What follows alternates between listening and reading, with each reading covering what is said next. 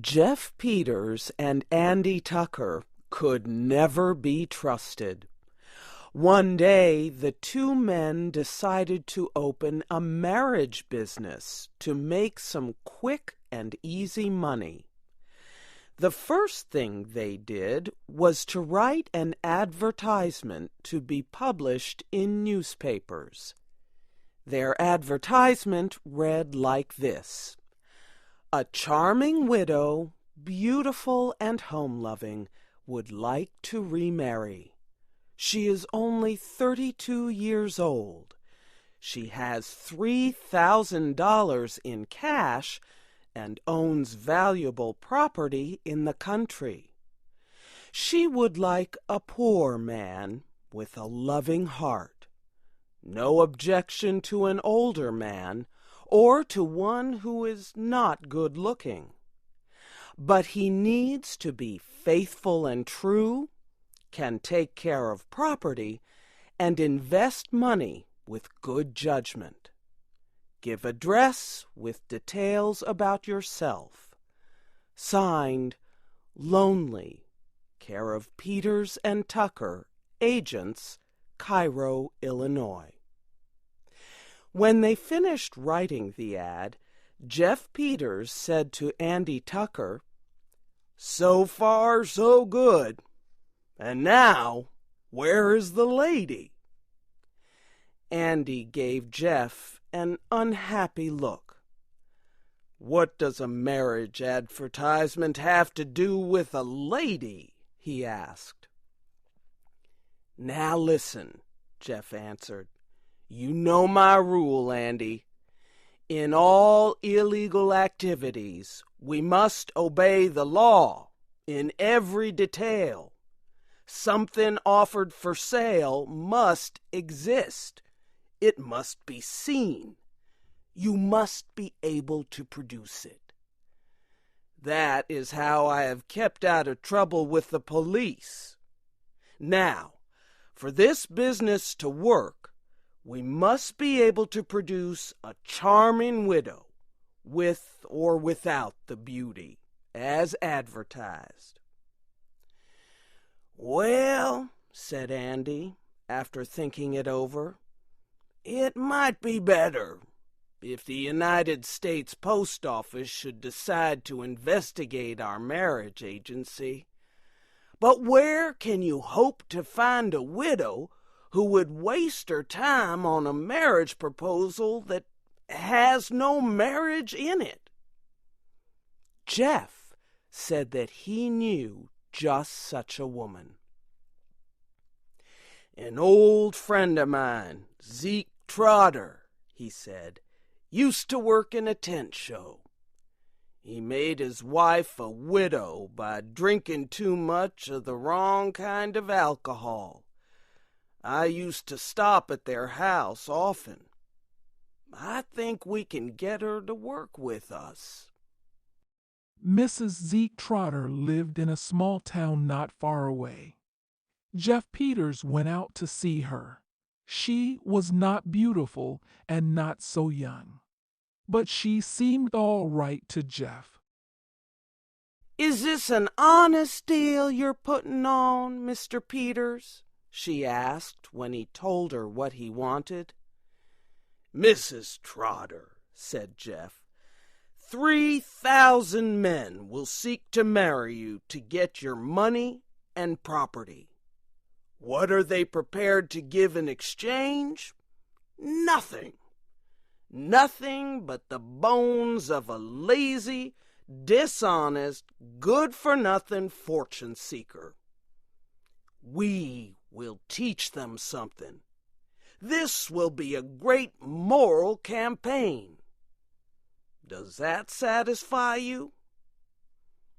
"It does, Mr. Peters," she said. "But what will my duties be? Do I have to personally reject these 3,000 good-for-nothings you speak of? Or can I throw them out in bunches?" Jeff explained that her job would be easy. She would live in a quiet hotel and have no work to do. He and Andy would take care of all letters and the business end of the plot. But he warned her that some of the men might come to see her in person. Then she would have to meet them face to face and reject them. She would be paid $25 a week and hotel costs. "Give me 5 minutes to get ready," Mrs. Trotter said. "Then you can start paying me." So Jeff took her to the city and put her in a hotel far enough from Jeff and Andy's place to cause no suspicion. Jeff Peters and Andy Tucker were now ready to catch a few fish on the hook. They placed their advertisement in newspapers across the country. They put $2,000 in a bank in Mrs. Trotter's name. They gave her the bank book to show if anyone questioned the honesty of their marriage agency. They were sure that Mrs. Trotter could be trusted and that it was safe to leave the money in her name. Their ad in the newspapers started a flood of letters, more than 100 a day. Jeff and Andy worked 12 hours a day answering them. Most of the men wrote that they had lost their jobs. The world misunderstood them. But they were full of love and other good qualities. Jeff and Andy answered every letter with high praise for the writer. They asked the men to send a photograph and more details. And they told them to include $2 to cover the cost of giving the second letter to the charming widow. Almost all the men sent in the $2 requested. It seemed to be an easy business. Still, Andy and Jeff often spoke about the trouble of cutting open envelopes and taking the money out. A few of the men came in person. Jeff and Andy sent them to Mrs. Trotter, and she did the rest. Soon, Jeff and Andy were receiving about $200 a day. One day, a federal postal inspector came by. But Jeff satisfied him that they were not breaking the law. After about 3 months, Jeff and Andy had collected more than $5,000, and they decided it was time to stop. Some people were beginning to question their honesty, and Mrs. Trotter seemed to have grown tired of her job. Too many men had come to see her, and she did not like that. Jeff went to Mrs. Trotter's hotel to pay her what she was owed and to say goodbye. He also wanted her to repay the $2,000 that was put into her bank account. When Jeff walked into the room, she was crying like a child who did not want to go to school. Now, he said, "what's it all about? Somebody hurt you? Are you getting homesick?" "No, Mr. Peters," she said. "I'll tell you. You were always a good friend of my husband, Zeke. Mr. Peters, I am in love. I just love a man so hard I can't bear not to get him. He's just the kind I've always had in mind." "Then take him," said Jeff. Does he feel the same way about you?" "He does," Mrs. Trotter answered. "But there's a problem. He is one of the men who've been coming to see me in answer to your advertisement, and he will not marry me unless I give him the $2,000. His name is William Wilkinson." Jeff felt sorry for her. He said he would be glad to let her give the $2,000 to Mr. Wilkinson so that she could be happy. But he said he had to talk to his partner about it. Jeff returned to his hotel and discussed it with Andy. "I was expecting something like this," Andy said. "You can't trust a woman to stick with you in any plan that involves her emotions." Jeff said it was a sad thing to think that they were the cause of the breaking of a woman's heart. Andy agreed with him. "I'll tell you what I'm willing to do," said Andy. "Jeff, you have always been a man of a soft and generous heart. Perhaps I've been too hard and worldly and suspicious. For once, I will meet you halfway. Go to Mrs. Trotter.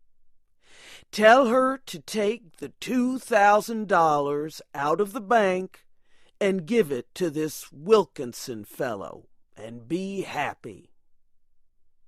Jeff shook Andy's hand for a long time. Then he went back to Mrs. Trotter.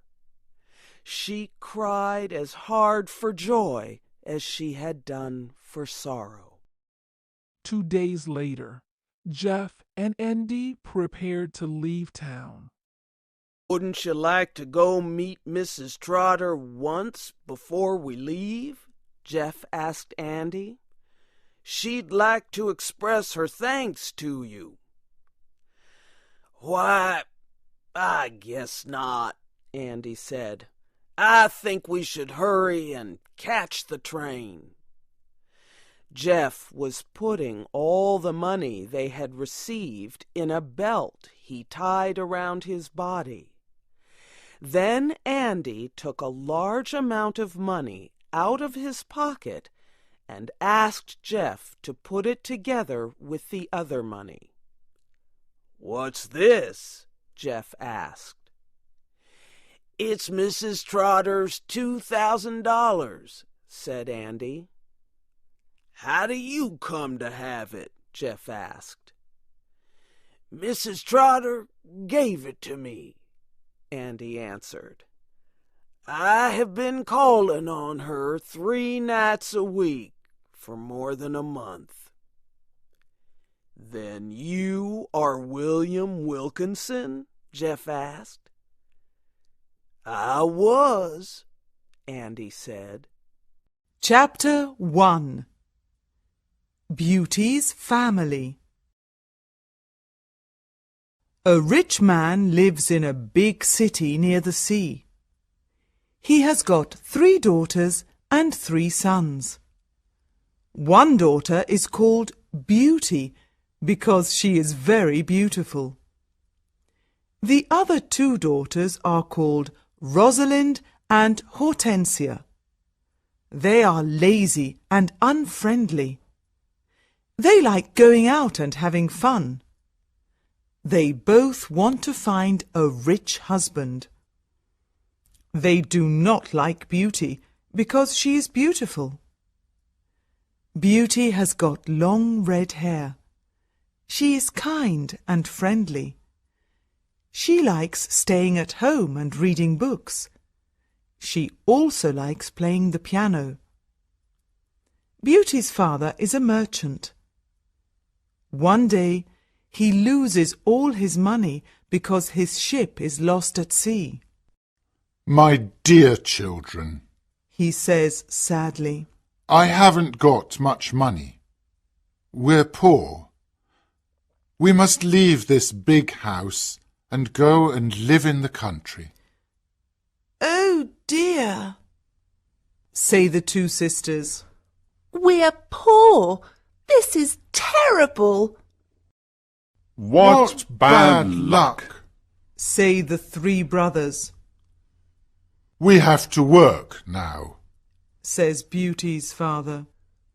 Work? Say the two sisters. No, we don't want to work. And we don't want to live in the country. They start to cry.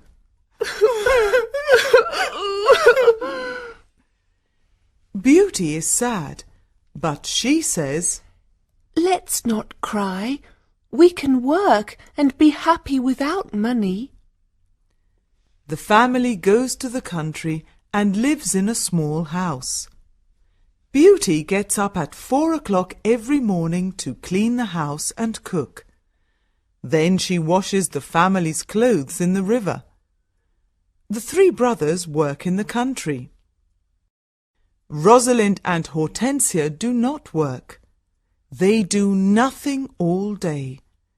They sleep all morning and walk in the woods in the afternoon. I'm unhappy.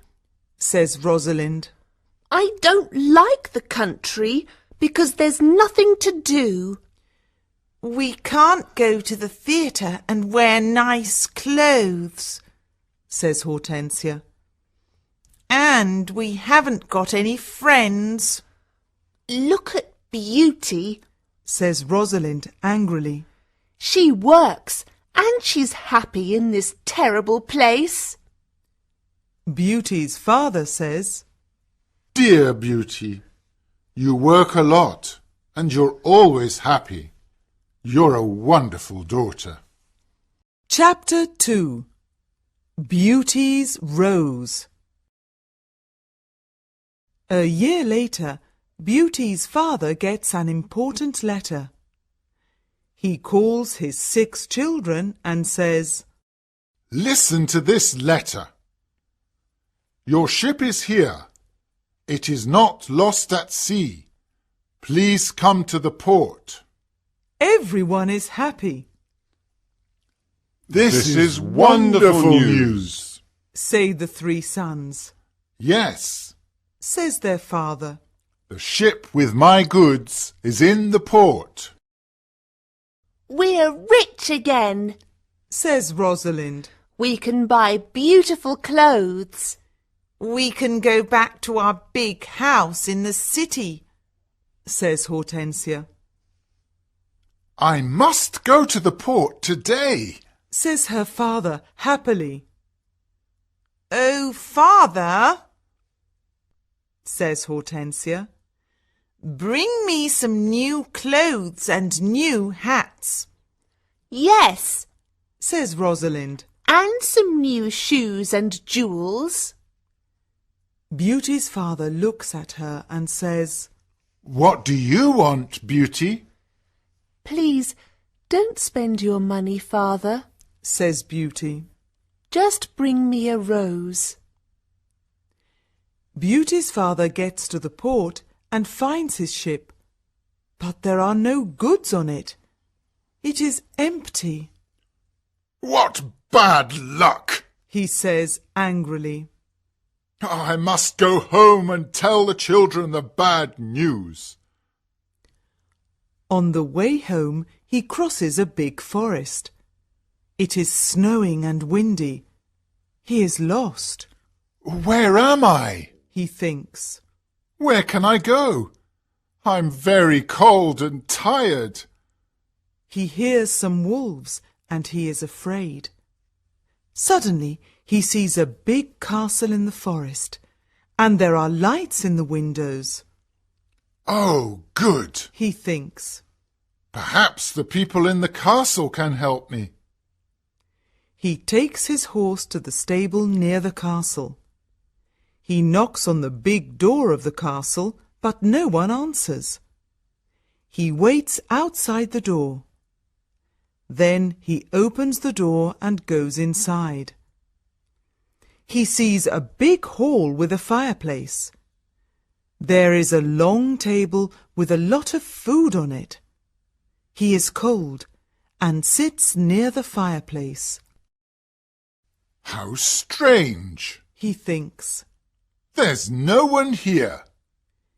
He is hungry and sits down at the table and starts to eat. Then he is sleepy. He finds a warm, comfortable bed and falls asleep. The next morning he finds some new clothes near his bed. How nice! New clothes, he thinks. A kind person lives in this castle. He looks out of the window and is surprised. It's not snowing, and it's a beautiful day, he thinks. And there are flowers in the garden. He gets dressed and goes to the hall. There are biscuits, chocolate and milk on the long table. He sits down and says, Thank you for this lovely breakfast. He looks round but sees no one. He eats and decides to go home. He goes to the stable and gets his horse. In the garden he sees some roses. Beauty wants a rose, he thinks. He takes a lovely one. Suddenly he hears a terrible noise.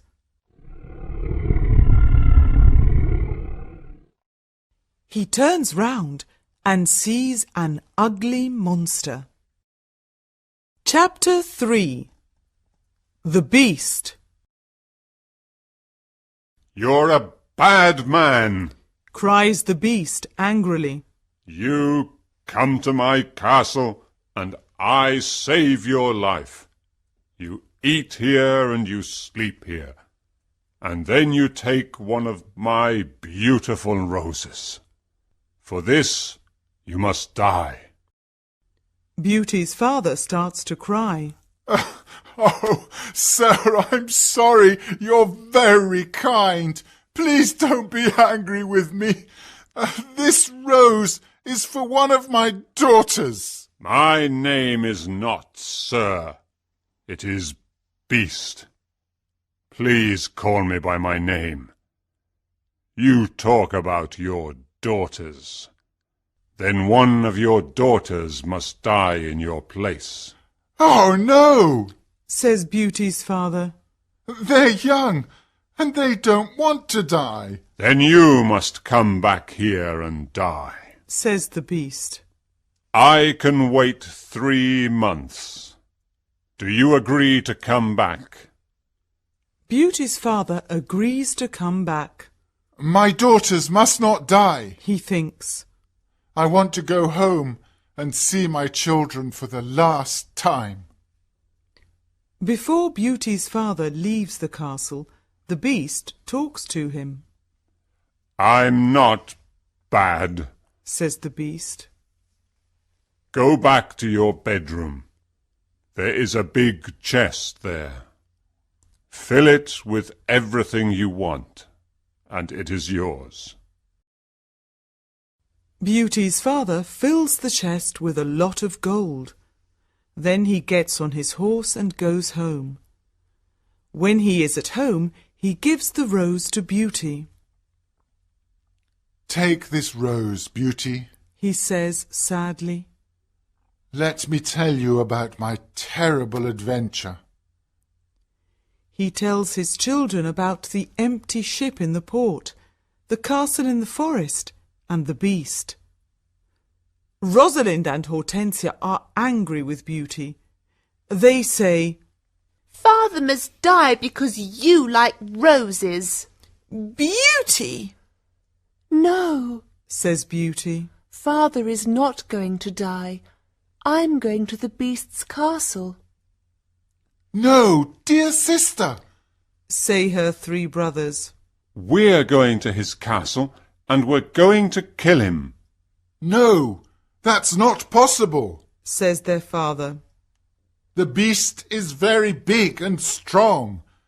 I'm old. I must go and die. But Beauty does not agree. She decides to go to the beast's castle. No, Father, She says, you must not go. I want to go. Never, my dear Beauty. says her father. I'm not afraid. Says Beauty. You must live and look after my brothers and sisters. They need you. Beauty's father thinks for a moment. Then he says sadly, All right, Beauty. You can go. Beauty's brothers are very sad, but Hortensia and Rosalind are not. The next morning, Beauty and her father go to the beast's castle. Inside the castle, they see a long table with a lot of good food on it. Beauty and her father are not hungry, but they sit down and eat. Suddenly, they hear a loud noise. What's that terrible noise? Asks Beauty. The beast is coming. Says her father. Beauty sees the beast's ugly face, and she is terrified. Oh, this beast is really terrible, She thinks. The beast looks at her and says, You're a brave girl. I'm very sorry about the rose from your garden. Says Beauty quietly. The beast looks at Beauty's father and says, You must go away tomorrow, and don't come back. Do you understand? Beauty's father looks at the beast and then at his daughter. Oh, Beauty, He says, please go home. Let me stay here. No, Father, says Beauty. we must be brave. We're both tired. Let's go and sleep now. Tomorrow morning you can go home to my brothers and sisters. That night, Beauty has a dream. In her dream, a good fairy says, You're a good girl, Beauty, and you've got a kind heart. You want to save your father's life.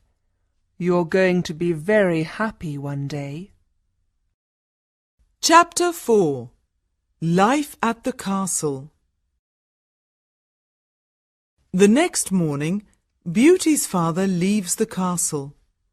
He is crying. Don't cry, Father. Says Beauty. Remember, I love you. Goodbye, dear Beauty. Says her father. Beauty is terrified. The beast is going to eat me tonight. She thinks. I want to enjoy my last day. I'm going to visit the garden of the castle. She goes to see the big garden and she is surprised. It is a beautiful garden with a lot of lovely flowers. Then she goes to see the big castle. She looks in all the rooms. On one door she sees this sign, Beauty's Room. She opens the door and sees a lovely room. There is a nice bed and a mirror on the wall. Beauty looks round and thinks, There's a piano and a lot of books for me. How strange! Perhaps the beast doesn't want to eat me tonight. She takes a book and starts to read it. Suddenly, she sees these words on the pages. Welcome, Beauty. Don't be afraid. You're the queen here. Tell me everything you want. I only want to see my poor father, Says Beauty. Suddenly, she sees her father in the mirror on the wall. He is very sad. She also sees her home and Hortensia and Rosalind. They are happy without Beauty. The beast is kind to me. she thinks. Why am I afraid of him? At 12 o'clock she has lunch. After lunch she goes to her room. What a beautiful piano, Thinks Beauty. I want to play it. She plays some wonderful music on the piano. Then she looks at all the books in her room. Some of them have got pictures and others have not. She takes a book about flowers and looks at the pictures of different flowers. Then she sees pictures of roses of all colours. Now I want to go to the garden and look at the lovely roses. She thinks. She goes to the garden and stays there all afternoon. She looks at the flowers and feels happy. At dinner time, she sits down at the long table and then she hears the beast coming. She is terrified. Beauty, can I sit here with you? Asks the beast. You're the lord of the castle, Says Beauty. And you're the queen. Says the beast. Can I ask you a question? Yes, of course. Says Beauty quietly. Am I very ugly? Asks the beast. Beauty does not know what to say. She looks at him and thinks for a moment. Well, yes, you are, Says Beauty. but you're kind and polite. The beast looks at Beauty and smiles. You're right. I'm terribly ugly, but I'm kind. This is your home now, Beauty. Please don't be sad. Some men are handsome, but they're not kind. Says Beauty. I prefer you because you've got a good heart. Thank you, Beauty. Says the beast. Now Beauty is not afraid of the beast, and she eats a big dinner. The beast looks at her and asks a question. Do you want to marry me, Beauty? What a question! Beauty is terrified. What can I say? Thinks Beauty. She is silent for a moment, and then she says, No, I'm sorry. I don't want to marry you. The beast is angry, and Beauty is afraid. Then he goes out of the room and says, Goodbye, Beauty. Chapter 5. The Magic Ring. Beauty spends 3 months at the beautiful castle. Every day she reads books and plays the piano. She walks everywhere in the big garden. She likes the tall trees and the flowers of different colours. She puts beautiful flowers in the rooms of the castle. Sometimes she makes perfume from the flowers. But the days are long and she is often lonely. Beauty often thinks about her father, her sisters, and her brothers. I want to see my father again. She thinks sadly.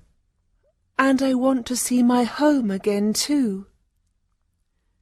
The beast goes to see her every evening at dinner time at 9 o'clock. They talk about interesting things and are happy together. Beauty is not afraid of his ugly face now. Every evening the beast asks Beauty the same question. Beauty, do you want to marry me? And every evening Beauty answers, No. One day Beauty says, Why do you ask me the same question every evening? Because I hope to hear a different answer. Says the beast. I'm sorry. I don't want to marry you. Says Beauty. The beast is very sad. But I'm always going to be your friend, She says, You're a wonderful friend. says the beast. and you are too. Says Beauty, smiling. I know I'm terribly ugly, Says the beast. but I love you a lot. I'm very happy with you. Please, don't leave me. Beauty's face becomes red, and she is quiet for a moment. In the mirror of my room, Says Beauty. I see my poor father. He's sad and lonely. He thinks I'm dead. My sisters are married, and my brothers are away. I want to see my father for the last time. Can I go and see him, please?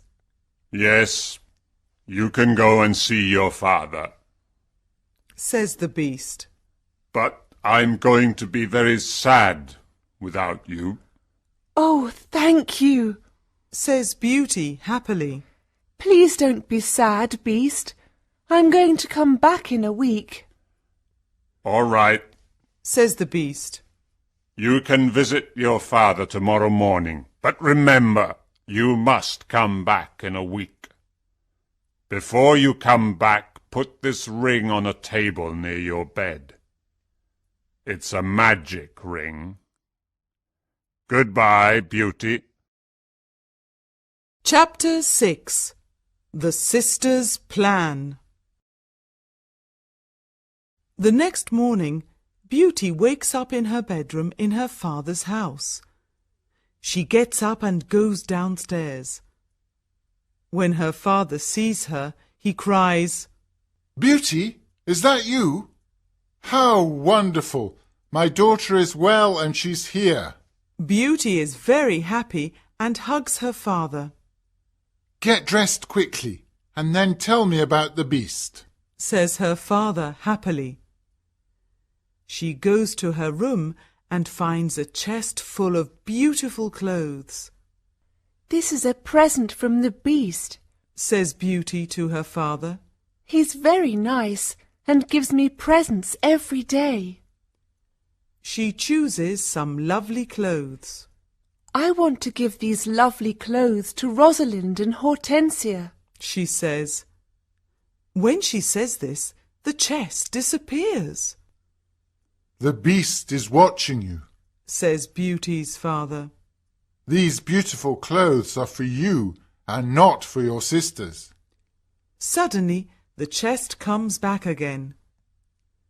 That morning, Rosalind and Hortensia come to visit their sister. They are both very unhappy. Oh, Beauty, Says Rosalind. I'm unhappy. Why are you unhappy, Rosalind? Asks Beauty. Oh, it's a long story. Says Rosalind. Please tell me. Says Beauty. My husband is handsome, and he spends all day in front of a mirror. He never looks at me or talks to me. Oh dear, that's a big problem. Says Beauty. Hortensia says, My husband is very clever, but he doesn't like anyone, and no one likes him. I can never invite my friends to lunch or dinner because he doesn't like them. We've got a lot of problems with our husbands. They say. My poor sisters. Says Beauty. I'm very sorry. Tell us about the beast, says Hortensia. Oh, the Beast is not a bad man. Says Beauty. He's very kind. I live in his beautiful castle, and I'm the queen. I don't work. I read, play the piano, and walk in the garden. Every evening the Beast comes to see me at dinner, and we talk about a lot of things. It's wonderful. The two sisters are very angry, and they go to the garden. Beauty wears lovely clothes and shoes. Says Rosalind. She's like a queen. She's very happy. Why is she lucky? And why are we unlucky? You're right, Rosalind, says Hortensia. We are not very lucky, but maybe we can be lucky. Beauty has to return to the beast in a week, or he's going to get angry and eat her. Then we must keep her here. Says Rosalind. Then the beast is going to get angry. During the week, the two sisters are kind to Beauty. They talk and laugh with her. They walk together in the country. Beauty is happy with her sisters. Rosalind and Hortensia love me, she thinks. They're good sisters, and I love them a lot. At the end of the week, Beauty says, I must go back to the beast's castle. But her sisters start to cry. Oh, Beauty, says Rosalind. Please stay with us another week. We need you. Yes, Beauty, says Hortensia. Please don't leave us. We have fun with you and we love you. Yes, says Rosalind. Stay with us. We can do a lot of things together. Beauty does not know what to do. She decides to stay another week. Chapter 7. The Dream. The beast is going to be very sad without me, Beauty thinks. But I want to stay with my family for a few more days. Then I'm going to go back to him.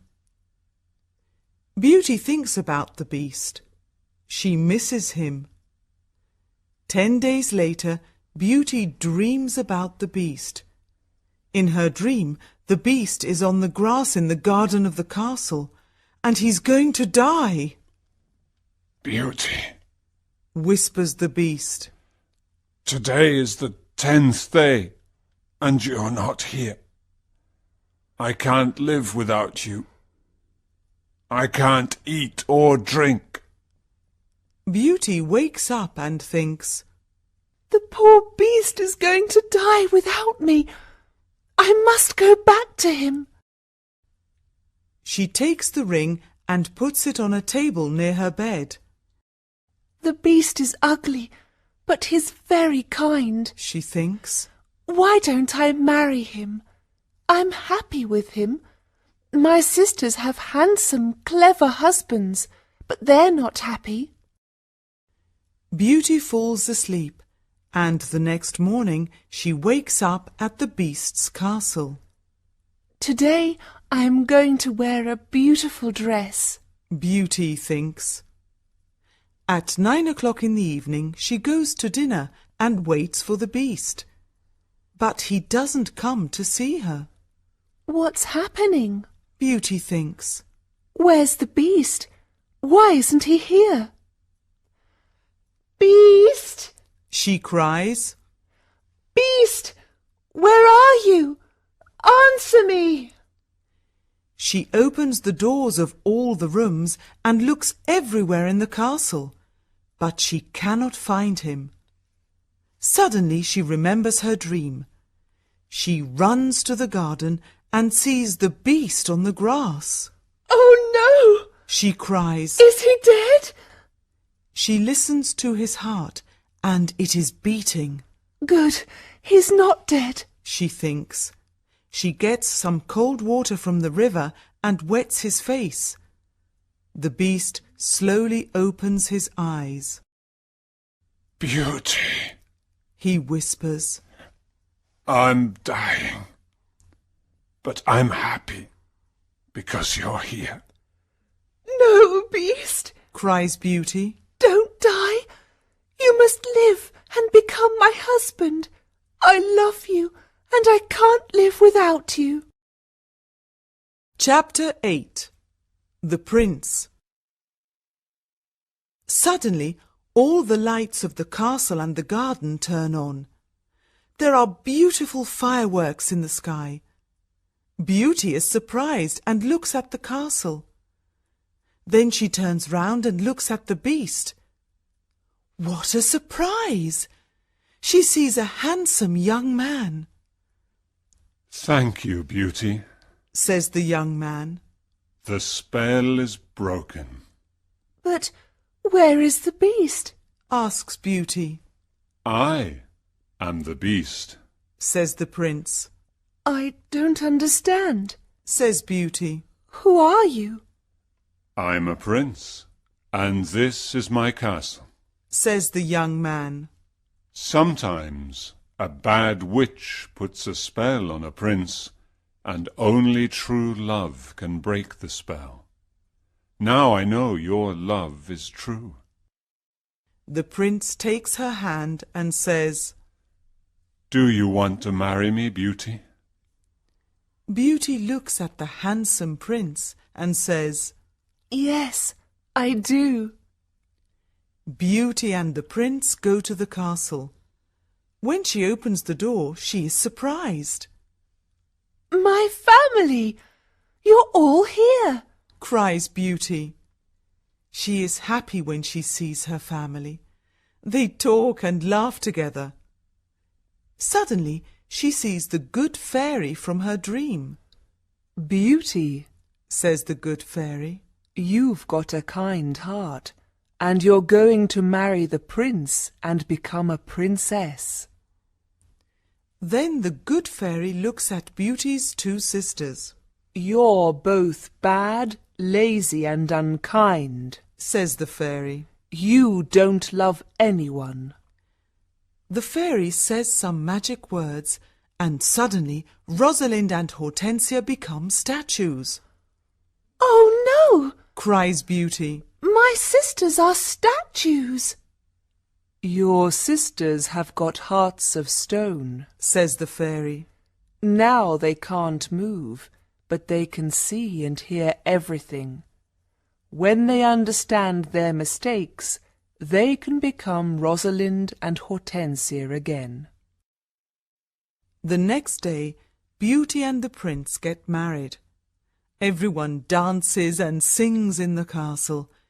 It is a happy day. People give flowers to Beauty and the prince.